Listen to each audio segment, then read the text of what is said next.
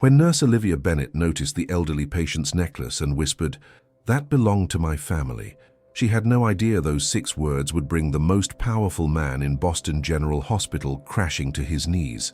The fluorescent lights of the cardiac wing hummed their familiar tune as Olivia moved through her morning rounds, her worn sneakers silent against the polished linoleum. At 31, she had perfected the art of being invisible. Head down, voice soft, never asking for more than the minimum. The weight of her parents' medical debts sat heavy on her shoulders, a constant reminder that people like her didn't get second chances. She paused outside room 314, checking the chart of their newest arrival. Eleanor Ashworth, 78, found unconscious in her mansion on Beacon Hill. No family listed. Olivia's heart clenched. Another soul facing illness alone, just like her father had 3 years ago when the cancer took him. The morning sun filtered through the blinds, casting golden stripes across Eleanor's peaceful face. Despite her unconscious state, there was something regal about her. The way her silver hair was perfectly arranged, the expensive fabric of her nightgown, and most striking of all, the antique necklace resting against her collarbone. Olivia's breath caught in her throat. The necklace was exquisite. 3 interwoven silver chains holding a pendant of deep blue sapphire, surrounded by tiny diamonds, arranged in the shape of a crescent moon. But it wasn't the beauty that stopped her cold. It was the familiarity, the way the moonlight used to catch those same diamonds when her grandmother wore it during bedtime stories. The weight of it in her small hands when she'd been allowed to hold it, just once, before it vanished from their lives forever. "No," she whispered, her hands trembling as she reached toward the patient's neck. "It can't be." But as she leaned closer, there it was, the tiny inscription on the back of the pendant that her grandmother had shown her. "For Margaret, my moon and stars, JB 1943. The same inscription she'd memorized as a child, before the necklace disappeared along with so many other family treasures after her grandmother's death. Olivia's vision blurred as memories flooded back. Her grandmother's stories about the necklace, how it had been a wedding gift from her grandfather, how it had been passed down through generations of Bennett women, how it represented their family's legacy of strength through adversity. And then, after the funeral, it was simply gone. Her parents claimed it had been sold to pay debts, but they'd never looked her in the eye when they said it. The patient monitor beeped steadily, grounding Olivia in the present moment. Eleanor's breathing was shallow but stable, her face serene despite whatever circumstances had brought her here. How did she have the Bennett family necklace? Had she bought it from whoever had taken it? Was she somehow connected to her family's past? Olivia glanced toward the door, ensuring she was alone, then gently touched the pendant.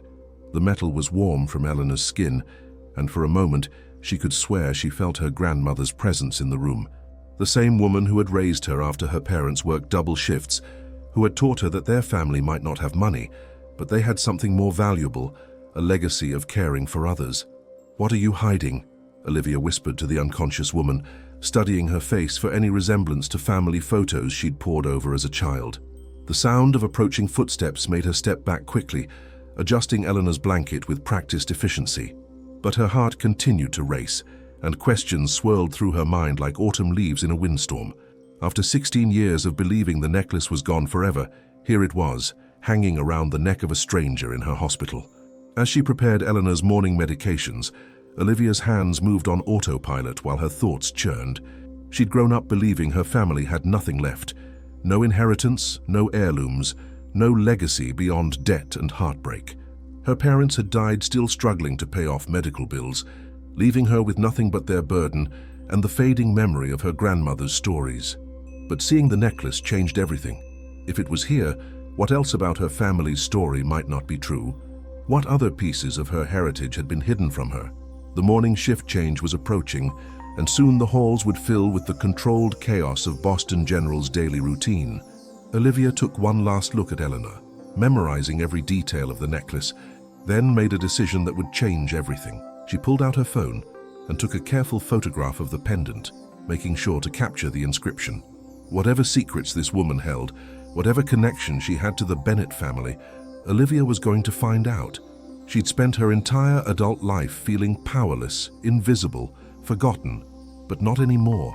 As she left room 314, the necklace's image burned into her memory. Olivia Bennett began to transform. The downtrodden nurse who had entered that room was still there, but something new was awakening, a determination she hadn't felt since she was a child, listening to her grandmother's stories about their family's strength. She had no idea that in less than an hour, those same stories would collide with a truth so devastating, it would literally bring the most powerful man in the hospital to his knees. "You look like you've seen a ghost, Liv. What's going on?" Dr. Sarah Chen, Olivia's closest friend and the only person in Boston General who truly saw her, appeared beside the nurse's station with her trademark concerned expression. At 29, Sarah was everything Olivia felt she wasn't: confident, assertive, unafraid to speak truth to power. They'd been friends since Sarah's residency, bonded by late-night shifts and shared frustration with the hospital's rigid hierarchy.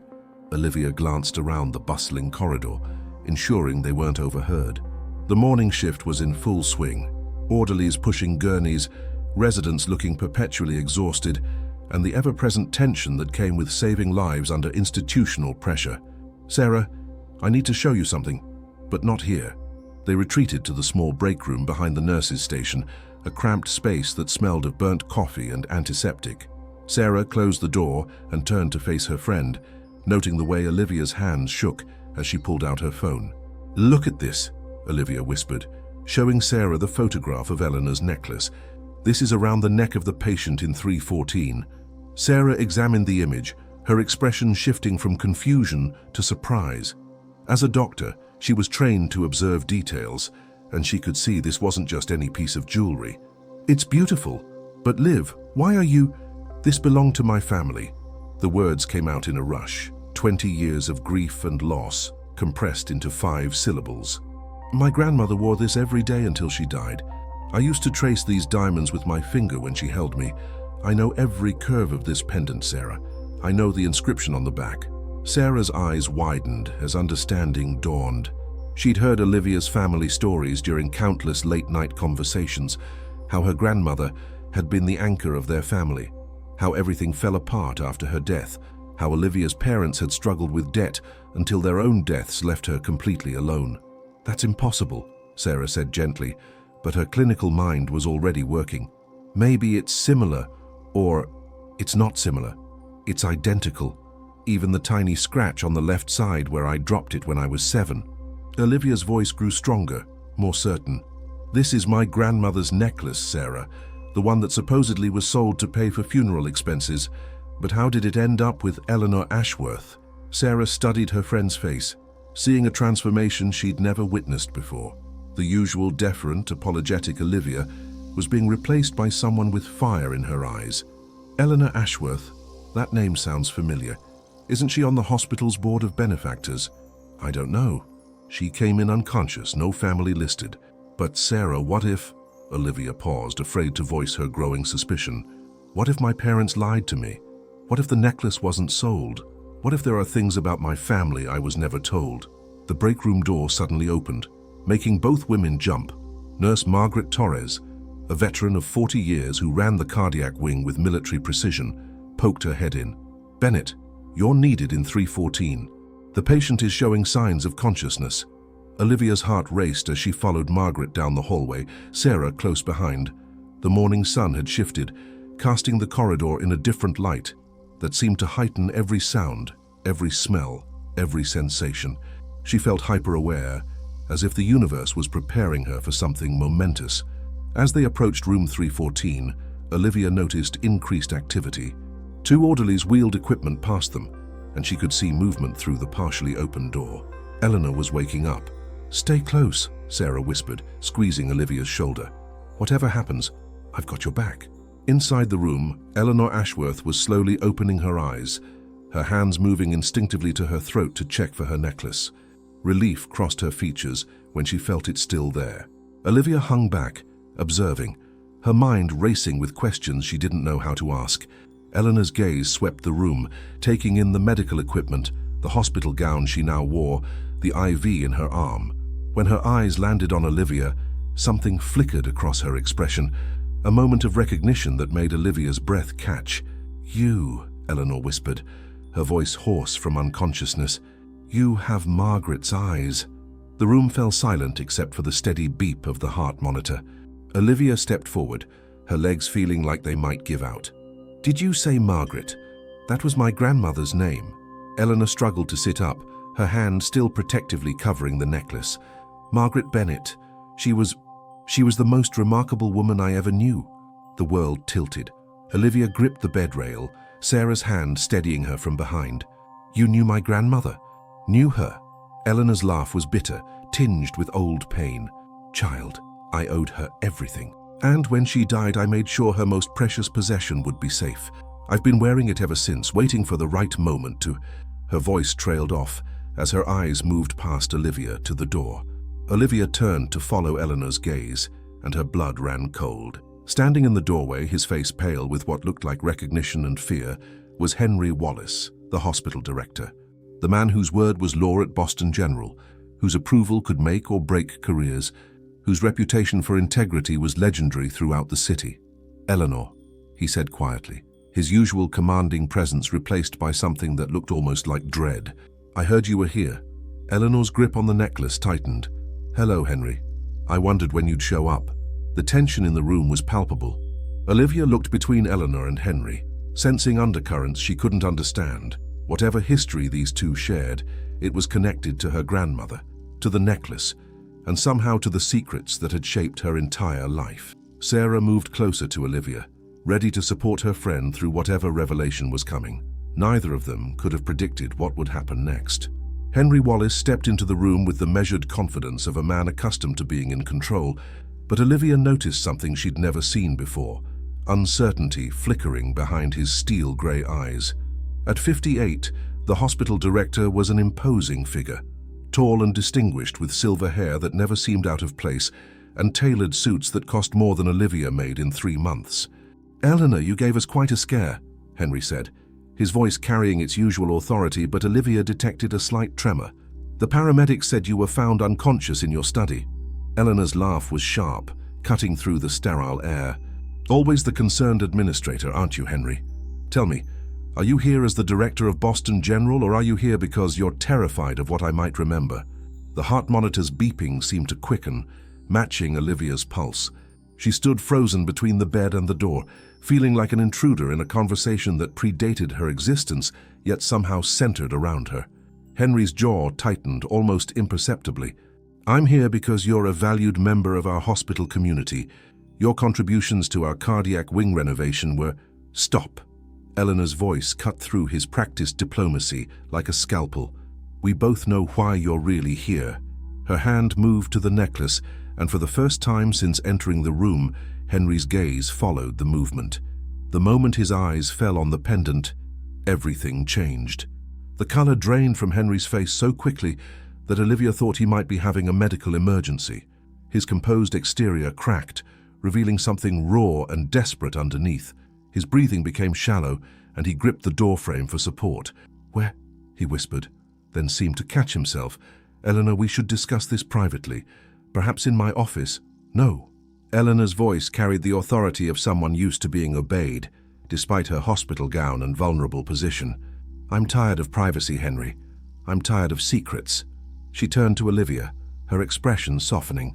"Child, come closer. Let me see you properly." Olivia felt Sarah's encouraging hand on her back as she approached the bed. Eleanor reached out with a trembling hand and gently touched Olivia's cheek. "You're Margaret's granddaughter, aren't you?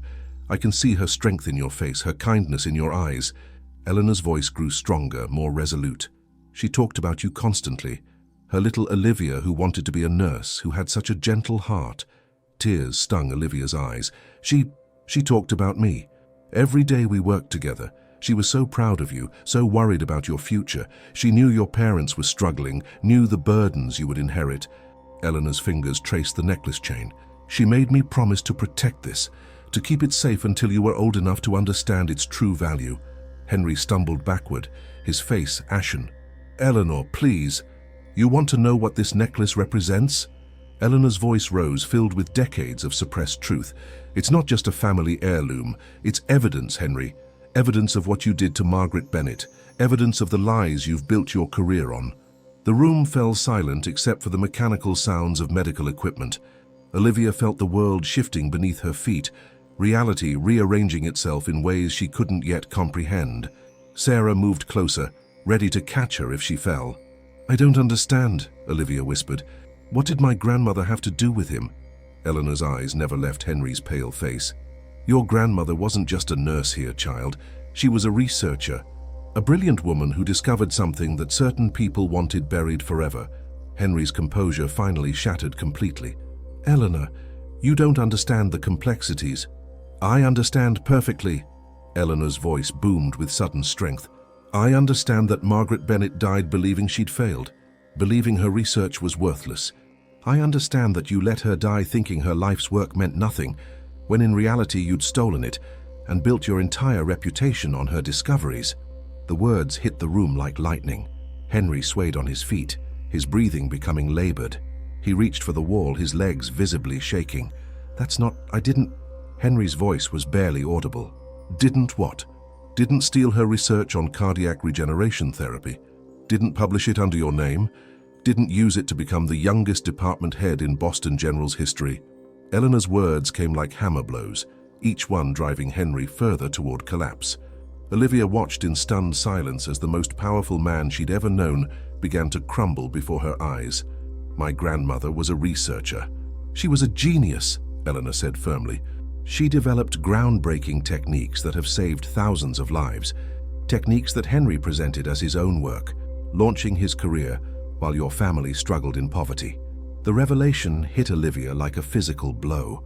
All those years of debt, of struggle, of feeling invisible and worthless, while Henry Wallace built an empire on her grandmother's stolen legacy.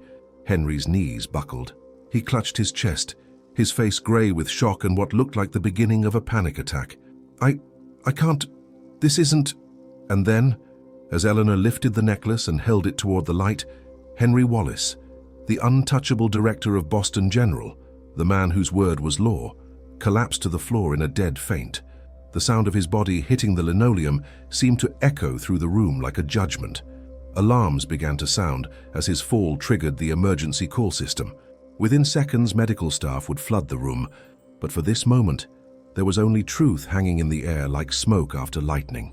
Olivia stared down at the unconscious man who had shaped so much of her life from the shadows, holding secrets that had kept her family in poverty while he lived in luxury built on her grandmother's brilliance. The necklace caught the light, its diamonds throwing tiny rainbows across the ceiling, and for the first time in her life, Olivia Bennett felt the stirring of something she'd never experienced before: righteous anger. The room erupted into controlled chaos within seconds of Henry's collapse. A code blue alarm shrieked through the hospital corridors as medical staff flooded into room 314. Dr. Patricia Martinez, the chief of emergency medicine, arrived first, dropping to her knees beside Henry's unconscious form while barking orders to the responding team. "Get me a crash cart. Check his vitals. Possible cardiac episode." Patricia's voice cut through the commotion as she checked Henry's pulse and airway. The man who had been standing moments ago now lay pale and motionless, his perfectly pressed suit wrinkled against the sterile floor. Olivia pressed herself against the wall, still reeling from Eleanor's revelations. Sarah grabbed her arm, pulling her toward the door as more medical staff streamed in. "We need to give them room," Sarah whispered, but Olivia couldn't tear her eyes away from the scene. Eleanor remained remarkably calm in her hospital bed, watching the resuscitation efforts with clinical detachment. When Patricia looked up from Henry to address her, Eleanor's expression was serene, almost satisfied. "Mrs. Ashworth, can you tell me what happened here? Any stress factors that might have triggered this episode?" Eleanor's eyes found Olivia's across the crowded room. "We were simply discussing old times, Doctor. Sometimes the past has a way of catching up with us." Within minutes, Henry was stabilized and transferred to the ICU, his condition listed as acute stress reaction with possible cardiac involvement. As the emergency team wheeled him out, Olivia caught a glimpse of his face, still unconscious but somehow looking smaller, less imposing than the man who had walked into the room 20 minutes earlier. "Everyone out except essential medical staff," Patricia announced, then noticed Olivia hovering near the door. "Nurse Bennett, you were primary on Mrs. Ashworth this morning. Stay close in case we need patient history." As the room cleared, Dr. Martinez approached Eleanor's bed, her expression professional but curious. She was a woman in her early 40s who had earned respect through competence rather than politics, known for her directness and intolerance for hospital drama. Mrs. Ashworth, I need to ask, was there anything specific that triggered Mr. Wallace's episode? Any particular topic of conversation that might have caused distress? Eleanor smiled, the expression both innocent and calculating. We were discussing my late friend, Margaret Bennett. She used to work here as a researcher many years ago. I believe Mr. Wallace knew her professionally. Patricia's eyebrows rose slightly. She glanced at Olivia, then back at Eleanor. Margaret Bennett. I'm not familiar with that name in our research archives. That's because her work was never properly credited, Eleanor said quietly, her voice carrying just enough weight to plant seeds of doubt. She made some remarkable discoveries in cardiac regeneration therapy, discoveries that formed the foundation of much of the innovative work this hospital became famous for in the early 2000s. Olivia felt her heart racing. She watched Patricia's expression carefully, seeing the moment when professional curiosity overtook routine questioning. I see. Patricia made a note on her tablet. Mrs. Ashworth, given Mr. Wallace's reaction, I think it would be best if you avoid any topics that might cause him distress during his recovery. Of course, Doctor. Though I should mention, I have some of Margaret's research papers in my personal collection, academic materials, correspondence, that sort of thing. If the hospital's historical archives are interested in preserving the work of past researchers, the offer hung in the air like a carefully placed chess piece. Patricia nodded thoughtfully. That might be valuable for our institutional history. Perhaps once you've recovered, we could arrange for someone from our research department to review the materials. As Patricia left to check on Henry, Olivia found herself alone with Eleanor and Sarah. The older woman gestured for them to come closer, her voice dropping to a conspiratorial whisper. Child, what I told you before, about your grandmother, about the necklace, about Henry's theft, it's all true, but proving it won't be easy. There are powerful people who have benefited from keeping Margaret's story buried. Sarah stepped forward, her protective instincts fully engaged. Mrs. Ashworth, if what you're saying is true, why wait until now? Why not expose this years ago? Eleanor's laugh was bitter. Because I was a coward, dear, because Henry Wallace wasn't just a thief, he was a master manipulator. He convinced me that revealing the truth would dishonor Margaret's memory, that it would turn her into a scandal, rather than celebrating her brilliance. He made me believe that silence was protection. She touched the necklace again, her fingers tracing the familiar patterns. But seeing Olivia here, seeing how she struggled while Henry built an empire on her grandmother's work, I couldn't stay silent anymore. This necklace isn't just jewelry, it's a key.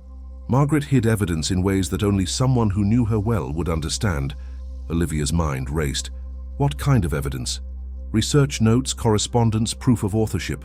Your grandmother was meticulous, and she was clever. She knew that powerful men would try to steal her work, so she created safeguards.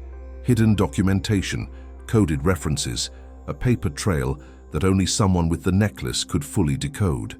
The weight of revelation settled over Olivia like a heavy blanket. Her entire understanding of her family's history was crumbling and rebuilding itself in real time. The poverty, the struggle, the sense of inherited worthlessness, all of it had been built on lies.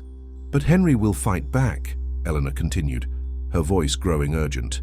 He has decades of reputation, influence, connections. The moment he recovers from this shock, he'll start damage control. He'll try to discredit me, discredit you, discredit any evidence we might present. Sarah crossed her arms, her expression fierce. So what do you suggest? Eleanor's smile was sharp, predatory. We move fast, and we move smart. Henry's weakness has always been his arrogance. He's kept trophies of his theft, thinking he was untouchable. Medical journals with Margaret's uncredited ideas, research proposals that mysteriously became his breakthrough papers, correspondence that would damn him if it ever saw daylight. She reached into her bedside table and pulled out a small worn address book. These are the people who knew the truth but were too afraid to speak. Researchers, nurses, administrators who witnessed Henry's theft but stayed silent to protect their careers. Olivia stared at the book, understanding that she stood at a crossroads. She could walk away, return to her invisible life as an underpaid nurse, let Henry Wallace continue living off her grandmother's stolen legacy.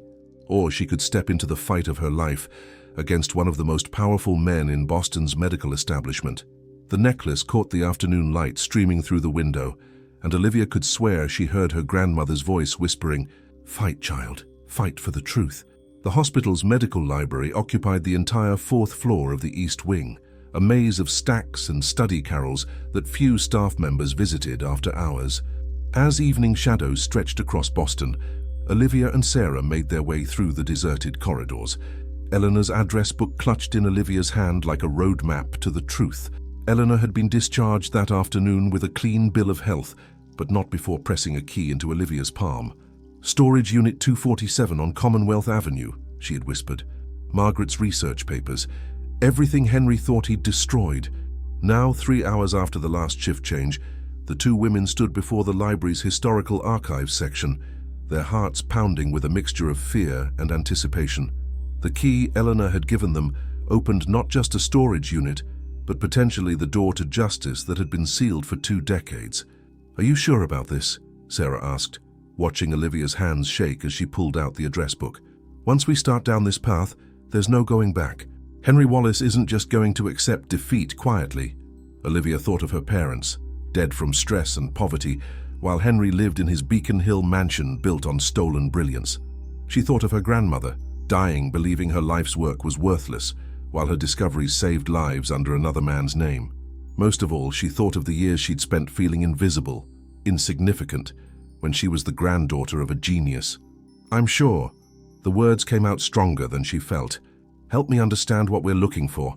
They spread Eleanor's materials across a study table, photocopied medical journals from the late 1990s and early 2000s, correspondence between Margaret and various research institutions, and most damning of all, comparison documents showing Margaret's original work alongside Henry's later discoveries. Sarah, with her medical training, was the first to spot the patterns. "My God, Olivia, look at this." She pointed to a research proposal dated 1998, signed by Margaret Bennett. "This is the theoretical framework for the cardiac regeneration therapy that made Henry famous. Same methodology, same experimental design, same conclusions.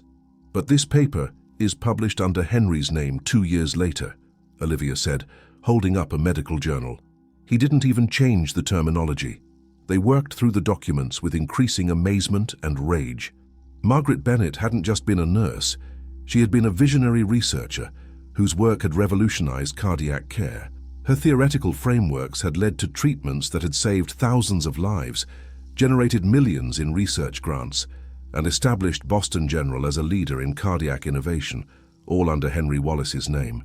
"There's more," Sarah said grimly, reading through correspondence files. "Look at these letters between Margaret and the hospital administration. She was trying to get credit for her work, trying to establish her research credentials, but someone kept blocking her applications for advanced positions." The letters painted a devastating picture. Margaret Bennett, despite her brilliant discoveries, had been systematically marginalized, her research appropriated, her contributions erased from official records. Letter after letter showed her growing frustration, her pleas for recognition, her eventual resignation from research to focus on floor nursing, the only position where her ideas couldn't be stolen.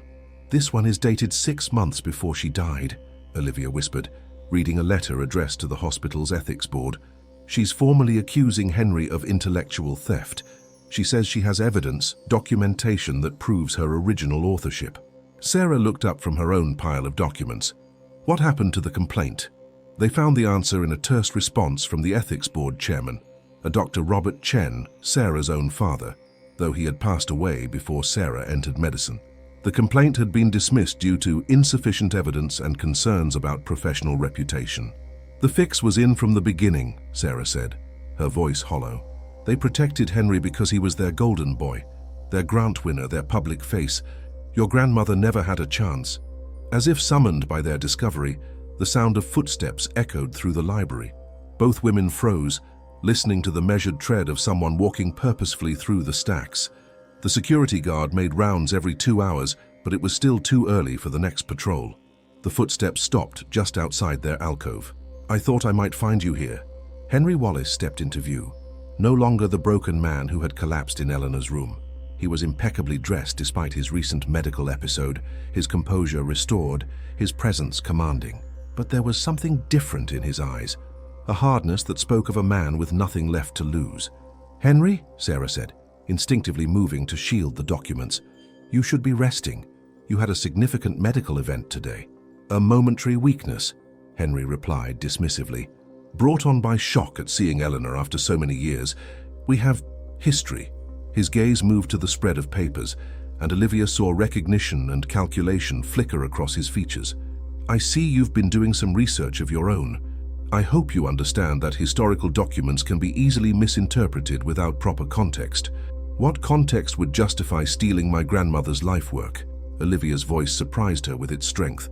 Henry's smile was cold, practiced. "Your grandmother was a talented nurse, Olivia, but she was also a troubled woman in her final years, prone to delusions of grandeur, making wild accusations she couldn't support. It was quite sad, really." "These documents support her accusations," Sarah interjected, holding up the research comparisons. "Those documents could be fabricated. Eleanor Ashworth is a bitter old woman with a decades-old grudge.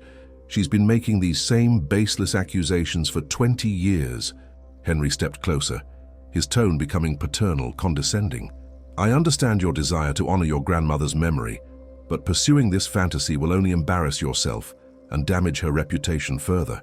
Olivia felt something shift inside her chest, a crystallizing moment where grief transformed into determination.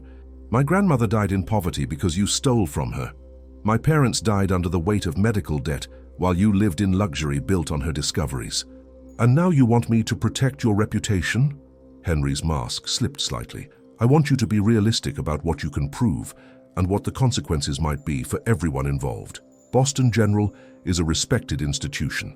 Attacking its leadership based on the fabrications of a dead nurse and the ravings of an elderly woman, well, that would be career suicide for a nurse already struggling to pay her bills." The threat was clear, delivered with the smooth confidence of a man accustomed to making problems disappear. But as Olivia looked at her grandmother's research spread across the table, at the evidence of brilliance stolen and legacy destroyed, she felt her grandmother's strength flowing through her like electricity, through the silver necklace around her throat. "Then I guess it's a good thing I've got nothing left to lose," she said quietly. The words hung in the air between them, a declaration of war that would reshape everything. The storage unit on Commonwealth Avenue looked unremarkable from the outside, just another beige metal door in a long row of identical compartments. But as Olivia turned Eleanor's key in the lock at dawn the next morning, she felt like an archaeologist about to uncover a lost civilization. Sarah stood guard, while Olivia rolled up the metal door, revealing 20 years of carefully preserved secrets. Boxes lined the walls, each labeled in Margaret Bennett's precise handwriting: Cardiac Regeneration Research, 1995-1999, Correspondence, Hospital Administration, Original Laboratory Notes, and most intriguingly, Insurance Policy for Olivia. "My God," Sarah whispered as they stepped inside. She saved everything. The insurance policy box sat apart from the others, wrapped in plastic and sealed with tape that had yellowed with age. Inside, Olivia found a letter addressed to her in her grandmother's familiar script, dated just 3 months before her death. "My dearest Olivia, if you are reading this, it means the truth has finally begun to surface. I couldn't prove what Henry Wallace did to me while I was alive, but I made sure the evidence would survive. You are stronger than I was, braver than I ever dared to be. Use what you find here, not for revenge, but for justice. The necklace will show you the way. Love always, Grandma Margaret."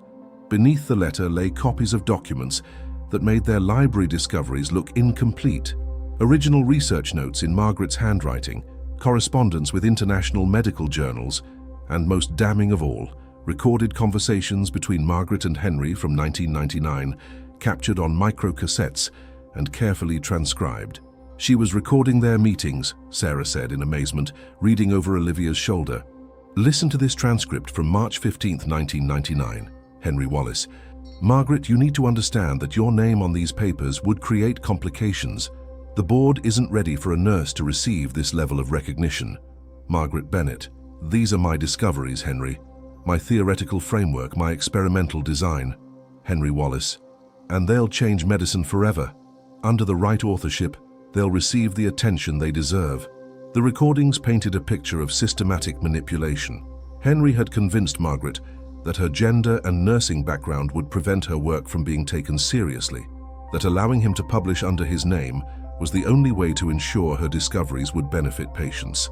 He'd promised her co-authorship that never materialized, research positions that were mysteriously filled by others, recognition that remained forever pending. As they worked through the boxes, a pattern emerged. Margaret hadn't been Henry's only victim.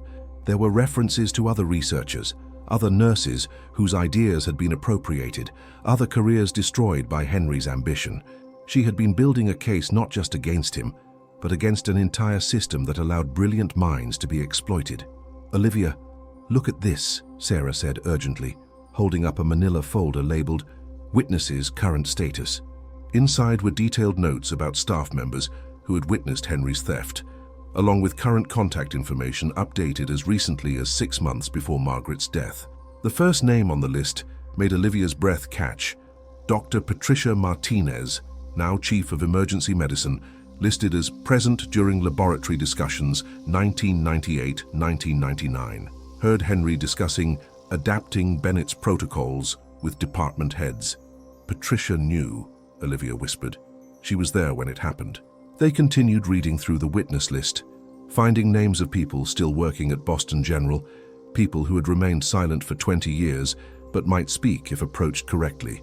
Margaret had even included psychological profiles, noting which witnesses might be motivated by guilt, which by anger at their own missed opportunities, which by simple desire for truth.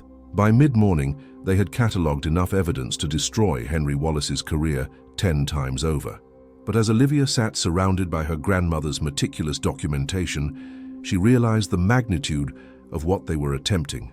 Henry wasn't just a man, he was an institution. His research had generated hundreds of millions in grants. His reputation had attracted the world's best cardiac surgeons to Boston General. His connections extended throughout the medical establishment. "We need help," she said finally. "This is too big for just us." Sarah nodded, then pulled out her phone. "I think I know where to start. Dr. Martinez has always been fair, always stood up for what's right.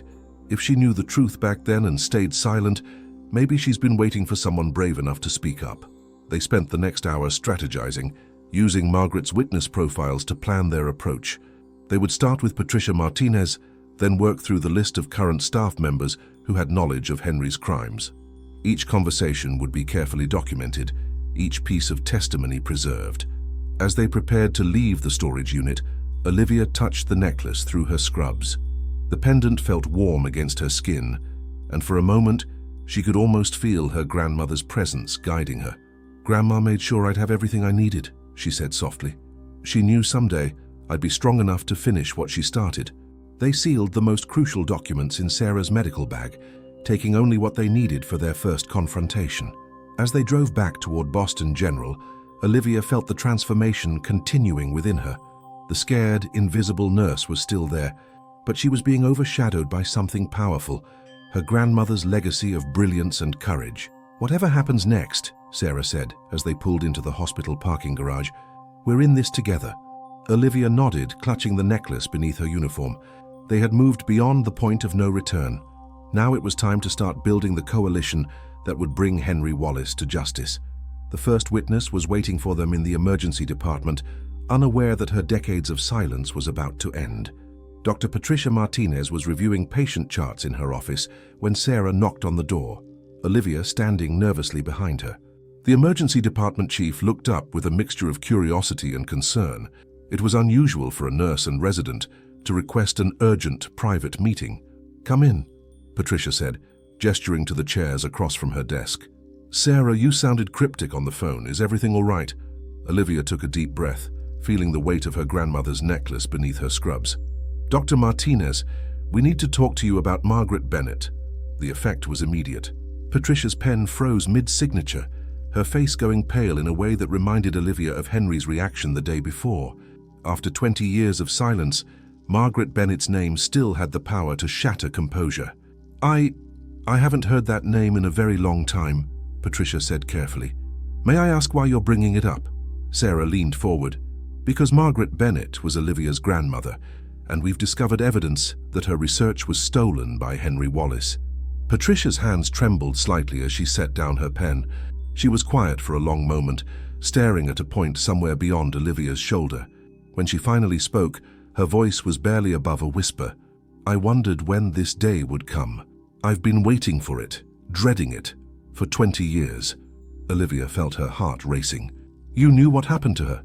I knew. Patricia's admission came out like a confession. I was a resident then, rotating through cardiology. Your grandmother was brilliant, Olivia. Absolutely brilliant. She saw patterns in cardiac tissue regeneration that no one else could see, developed theoretical frameworks that were decades ahead of their time. Patricia stood and walked to her window, looking out at the city her silence had helped build Henry's reputation in. I was in the lab the night she explained her breakthrough to Henry, March 12th, 1999. I'll never forget it, because I knew I was witnessing something revolutionary. She had cracked the code for cardiac cell regeneration, mapped out the entire therapeutic protocol. What did Henry do? Sarah asked quietly. At first he seemed supportive. He praised her work, said it would change everything. But then, Patricia's voice trailed off and Olivia could see tears forming in her eyes. Then he started asking questions about her documentation, about who else knew about her research. He said he wanted to help her prepare it for publication, make sure it got the attention it deserved. Olivia pulled out one of her grandmother's transcripts, dated March 15th, 3 days after the lab meeting Patricia described. We found recordings of their conversations. Patricia turned from the window, her expression a mixture of relief and fear. She was recording him? She suspected what he was planning, Olivia said, reading from the transcript. Listen to this. Henry telling her that her name on the papers would create complications, that the medical establishment wasn't ready to accept groundbreaking research from a nurse. As Olivia read the transcript aloud, Patricia's face crumpled. He convinced her that stepping aside was the noble thing to do.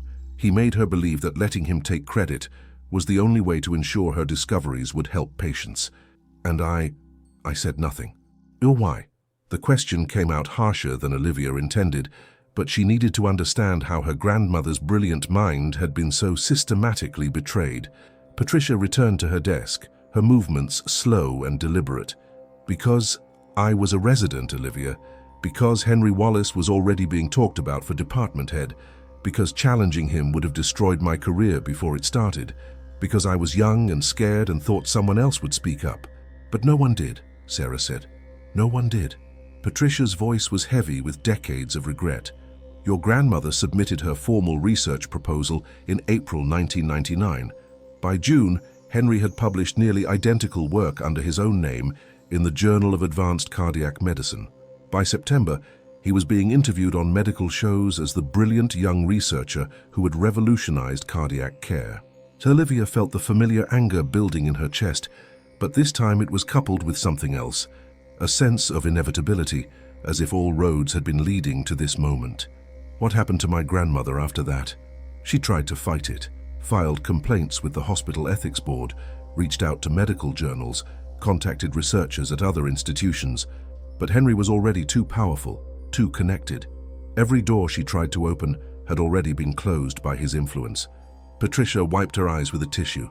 She came to me once, about 6 months before she died, asked if I would testify about what I'd witnessed in the lab. And I said I couldn't remember clearly, that it had been too long, that I wasn't sure what I'd actually heard. Patricia's voice broke. I was protecting my career and I let your grandmother die believing her life's work was worthless.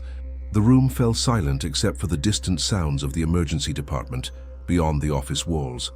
Olivia felt her grandmother's presence strongly, as if Margaret Bennett was standing beside her, waiting to see what her granddaughter would do with 20 years of suppressed truth. Dr. Martinez, Olivia said finally, her voice steady despite her racing heart.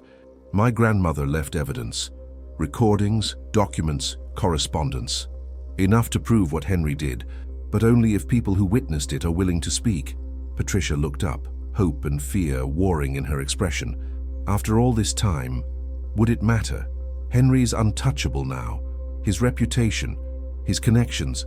His reputation is built on stolen brilliance, Olivia said firmly. And tomorrow night, at the cardiac wing dedication ceremony, every major medical figure in Boston will be watching as he accepts credit for saving lives with techniques my grandmother invented. Sarah leaned forward. unless they learn the truth first. Patricia stared at them both, understanding dawning in her eyes. The dedication ceremony, Henry's crowning moment, his ultimate validation, would also be his most vulnerable moment. In front of the entire medical establishment, with cameras rolling and donors watching, the truth would be impossible to suppress. "What do you need from me?" Patricia asked quietly. Olivia touched her grandmother's necklace, feeling the strength of 20 years of patient preparation flowing through her. "We need you to remember what you saw in that lab. We need you to speak for my grandmother when she can't speak for herself." Patricia nodded slowly, the weight of 2 decades lifting from her shoulders. "It's time." The ballroom of Boston's Four Seasons Hotel glittered with the cream of New England's medical establishment. Crystal chandeliers cast warm light over 500 guests dressed in evening wear, all gathered to celebrate the completion of Boston General's new cardiac wing and honor the man whose revolutionary research had made it possible. Olivia stood at the edge of the crowd, feeling profoundly out of place in a borrowed black dress that Sarah had insisted she wear. The necklace, her grandmother's necklace, lay prominently against her collarbone, its sapphire catching the ballroom lights like a beacon. "He looks confident," Sarah murmured, nodding toward the head table where Henry Wallace sat beside the hospital's board chairman, both men laughing at some shared joke. Henry was in his element, charming donors, accepting congratulations, basking in adulation built on stolen brilliance. "He has no idea what's coming," Patricia Martinez said quietly, joining them near the auction display tables.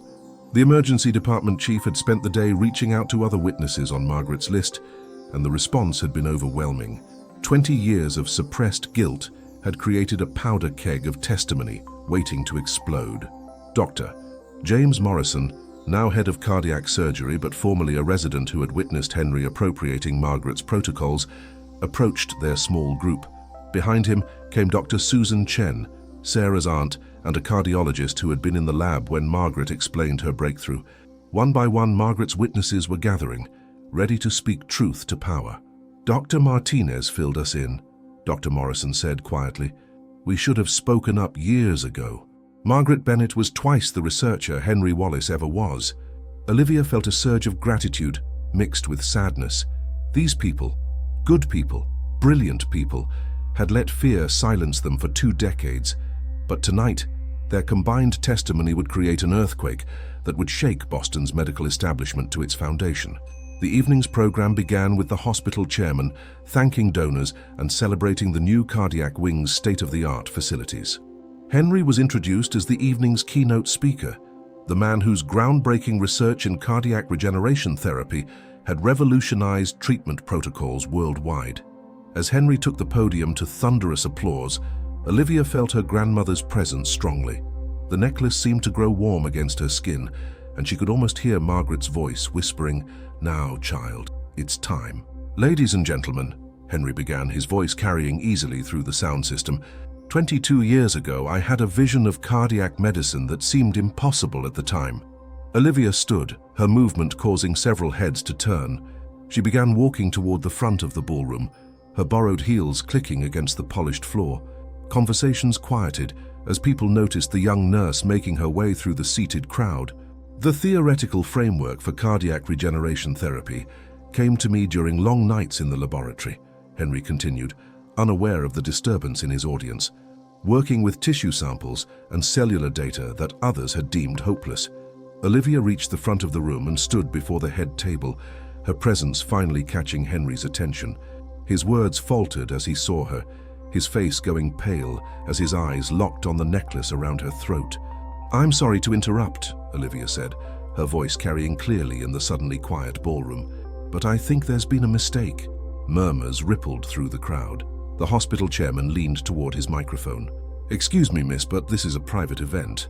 "My name is Olivia Bennett," she said, her voice growing stronger with each word. "I'm a nurse at Boston General, and I'm the granddaughter of Margaret Bennett, the woman who actually developed the cardiac regeneration therapy that Dr. Wallace has built his career on." The ballroom erupted in shocked whispers. Henry gripped the podium, his knuckles white against the dark wood. This is completely inappropriate. Security should what?" Dr. Patricia Martinez stood, her voice cutting through the chaos.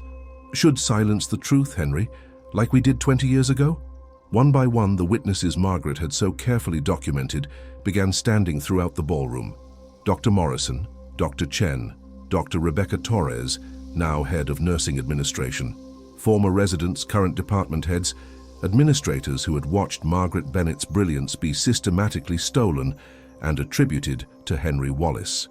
Margaret Bennett was my grandmother, Olivia continued, her voice never wavering despite the hundreds of eyes focused on her. She died believing her life's work was worthless, while the man standing behind that podium lived in luxury built on her discoveries. Henry's composed facade was cracking. This is slander. These are the ravings of a disturbed individual. Are they? Dr. Martinez had moved to stand beside Olivia. Because I was there, Henry. I was in the lab on March 12, 1999, when Margaret Bennett explained her breakthrough to you. I heard her describe the entire theoretical framework that became your signature research.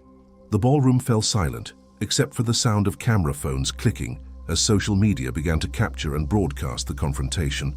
Henry's career was being dismantled in real time, in front of the most influential medical professionals in New England. I have recordings, Olivia said quietly, pulling out a small device from her purse. My grandmother documented everything, Henry. Every conversation, every lie, every promise you broke. As she pressed play, Margaret Bennett's voice filled the ballroom, clear, intelligent, and undeniably the voice of the true genius behind Boston General's cardiac innovations. The recording captured Henry's manipulative language, his false promises, his calculated theft of a brilliant woman's legacy. The sound of Margaret's voice seemed to break something in Henry's remaining composure. He stumbled backward from the podium, his face ashen, his breathing labored, just as he had in Eleanor's hospital room when the truth first began to surface. But this time, there was no escaping the truth. This time, the entire medical establishment was watching as 20 years of stolen glory crumbled to dust. The recording of Margaret Bennett's voice continued to fill the ballroom, each word landing like a hammer blow against Henry Wallace's crumbling reputation. The conversations captured Margaret's brilliance in her own words, her theories, her breakthrough moments, her growing understanding that her discoveries were being stolen. You can hear her excitement, Olivia said into the stunned silence, her voice carrying clearly without amplification. March 15th, 1999. My grandmother explaining to Henry Wallace how cardiac tissue could be regenerated using targeted stem cell therapy. Listen to her describe the methodology that made him famous. Margaret's recorded voice was animated, passionate. The key is the timing, Henry. If we introduce the stem cells during the inflammatory phase, precisely 48 hours post-trauma, the regenerative response increases by 340%. I've tested this on 12 tissue samples now, and the results are consistent. Henry's voice on the recording was smooth, encouraging. This is remarkable work, Margaret. With the right presentation, this could revolutionize cardiac surgery. I think we need to discuss how to position this research for maximum impact. The ballroom remained frozen as the recording continued, capturing Henry's systematic manipulation of Margaret's trust. His promises of collaboration became suggestions that Margaret step aside for the good of the research. His initial respect transformed into condescending concern about whether the medical establishment would take a nurse's discoveries seriously. Dr. Morrison stepped forward, his voice carrying the weight of 20 years of guilt. I was a resident in Henry's department when this research was being developed. I watched him present Margaret's work to department heads as his own conceptual breakthrough. I said nothing because I was afraid for my career. We all said nothing, Dr. Chen added, tears visible on her cheeks. Margaret Bennett was the most brilliant researcher I ever worked with, and we let her brilliance be stolen because challenging Henry Wallace seemed impossible. The crowd began to stir as the full magnitude of the revelation settled over them. These weren't random accusations from disgruntled staff.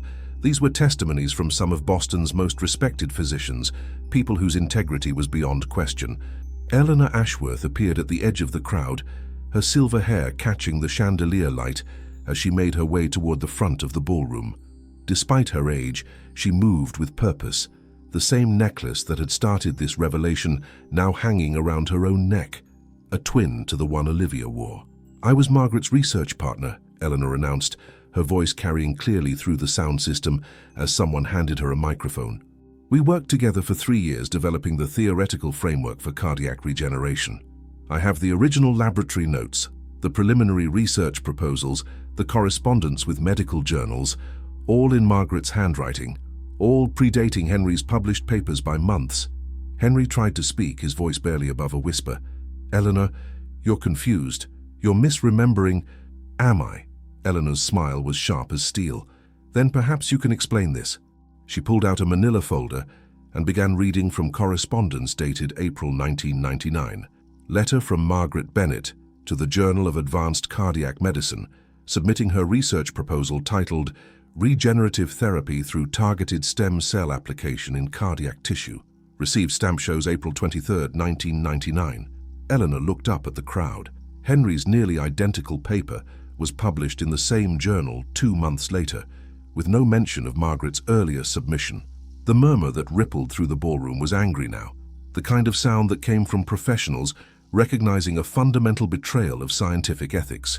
Dr. Patricia Santos, editor of the New England Journal of Cardiology, stood from her table near the back. If this is true, Dr. Santos said, her voice carrying the authority of one of medicine's most respected publication gatekeepers, this represents not just plagiarism, but a systematic corruption of the peer review process. How many other researchers have been denied credit for their discoveries? The question hung in the air like an accusation. Henry Wallace, the man who had seemed untouchable moments before, now stood exposed before hundreds of his peers as not just a thief, but as someone who had corrupted the very foundations of medical research. Olivia stepped forward, touching her grandmother's necklace as she prepared to deliver the final blow. Doctor Wallace, my grandmother left me more than just evidence of your theft. She left me the knowledge of where to find your trophies. Henry's eyes widened in genuine fear. What do you mean?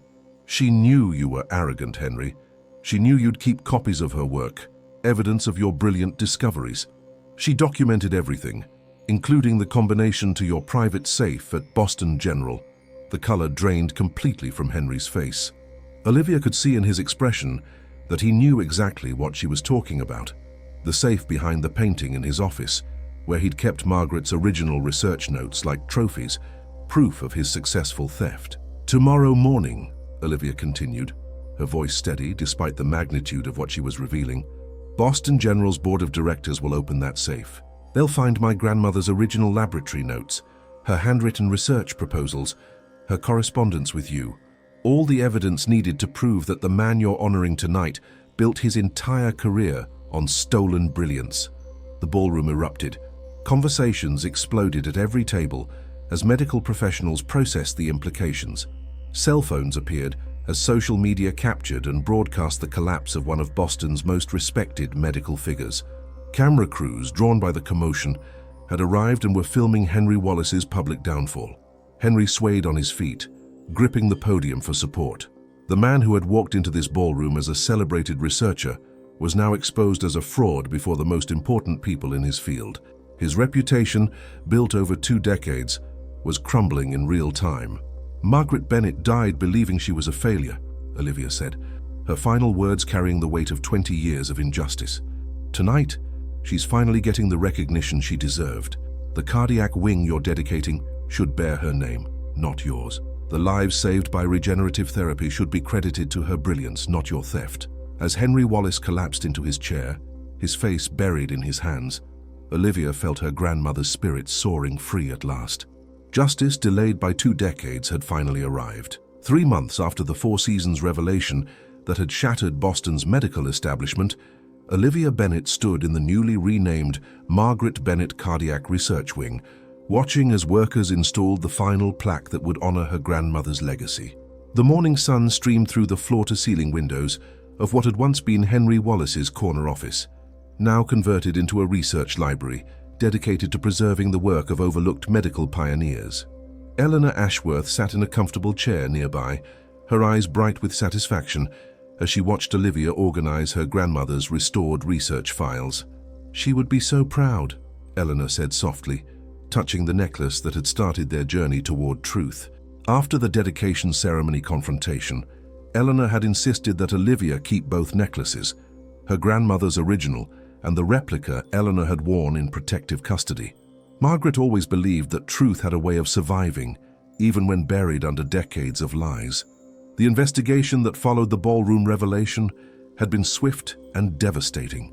Henry Wallace's private safe had indeed contained Margaret's original research notes, along with correspondence from other researchers whose work he had appropriated over the years. The scope of his intellectual theft had stunned even those who had suspected his corruption. Dr. Patricia Martinez, now serving as interim director while the hospital searched for permanent leadership, knocked on the open door. "Olivia, the ceremony is about to begin. Are you ready?" Today marked the official dedication of the Margaret Bennett Wing, a celebration that would honor not just her grandmother's memory, but also establish new protocols for protecting researcher credentials and ensuring proper attribution of medical discoveries. The Bennett Foundation for Medical Ethics, funded by Eleanor's substantial donation and managed by Olivia, would oversee these efforts. As they walked through the corridors toward the dedication ceremony, Olivia reflected on how completely her life had transformed. No longer the invisible nurse afraid to speak up, she had become an advocate for medical justice, a voice for researchers whose contributions had been overlooked or stolen. The debts that had once weighed her down had been cleared by a settlement from Boston General, and more importantly, she had found her purpose.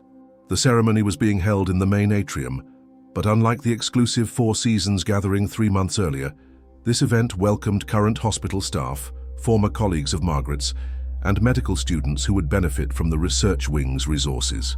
Sarah stood near the front, wearing her new chief resident badge, a promotion that had come partly due to her courage in supporting Olivia's fight for truth. Dr. James Morrison, now serving as head of cardiac surgery after Henry's removal, stepped to the podium. Today we honor Margaret Bennett, whose brilliant research laid the foundation for modern cardiac regenerative therapy. We also acknowledge our institutional failure to recognize her contributions during her lifetime, and we commit to ensuring that such injustice never occurs again. He gestured toward Olivia. I'd like to ask Margaret's granddaughter, Olivia Bennett, to unveil the memorial plaque that will remind everyone who enters this wing of the true genius behind our cardiac innovations. Olivia approached the covered plaque, her grandmother's necklace catching the light as she moved. As she pulled away the cloth, gasps of admiration rippled through the crowd. The bronze plaque featured a relief portrait of Margaret Bennett based on photographs from her research years, along with an inscription that captured her legacy: Dr. Margaret Bennett, 1943-2005, pioneer of cardiac regenerative therapy. Her brilliant research revolutionized cardiac medicine and saved countless lives. This wing honors her memory and commitment to medical ethics, ensuring that innovation and integrity walk hand in hand. But it was the smaller plaque below that brought tears to many eyes. Truth has a way of surviving, even when buried under decades of lies. Margaret Bennett, may all who work within these walls remember that genuine healing begins with honest science. Eleanor joined Olivia at the podium, her voice still strong despite her years. Margaret Bennett was more than a brilliant researcher. She was a woman who believed that medical knowledge belonged to humanity, not to those clever enough to steal it.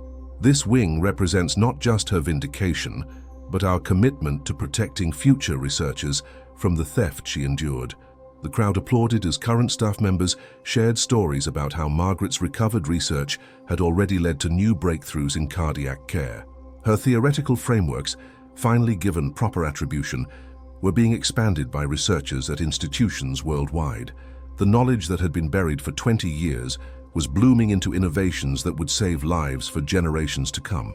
As the formal ceremony concluded, Olivia found herself surrounded by people sharing memories of her grandmother, former patients who remembered her compassion, colleagues who had witnessed her brilliance, medical students inspired by her perseverance despite systematic oppression. Dr. Santos from the New England Journal of Cardiology approached with news that would have made Margaret proud. Several major medical journals were implementing new attribution protocols inspired by the Bennett case, creating systems to prevent the kind of intellectual theft that had stolen Margaret's recognition. As the afternoon sun cast long shadows through the research wing, Olivia stood alone in what would become the Margaret Bennett Memorial Library. Shelves lined the walls, ready to hold the research and personal papers of overlooked medical pioneers. Her grandmother's necklace caught the light, its diamonds throwing tiny rainbows across the walls, the same rainbows Margaret had probably seen when she wore it during late-night research sessions decades ago. "You did it, Grandma," Olivia whispered to the quiet room. "Your truth survived." Outside the windows, Boston stretched toward the harbor, a city whose medical institutions would never be quite the same. The Bennett Foundation would ensure that future researchers received proper credit for their discoveries, that brilliant minds would no longer be silenced by powerful men seeking glory. Olivia touched the necklace one final time, feeling the warmth of her grandmother's legacy flowing through the silver chains. Margaret Bennett's story had ended in poverty and obscurity, but it had also planted seeds of justice that had bloomed into lasting change. The truth, as her grandmother always believed, had found its way to light. If this story moved you, share it with someone who believes that truth and justice are worth fighting for no matter how long it takes. Sometimes the most important battles are won not by the powerful, but by those brave enough to speak for the silenced.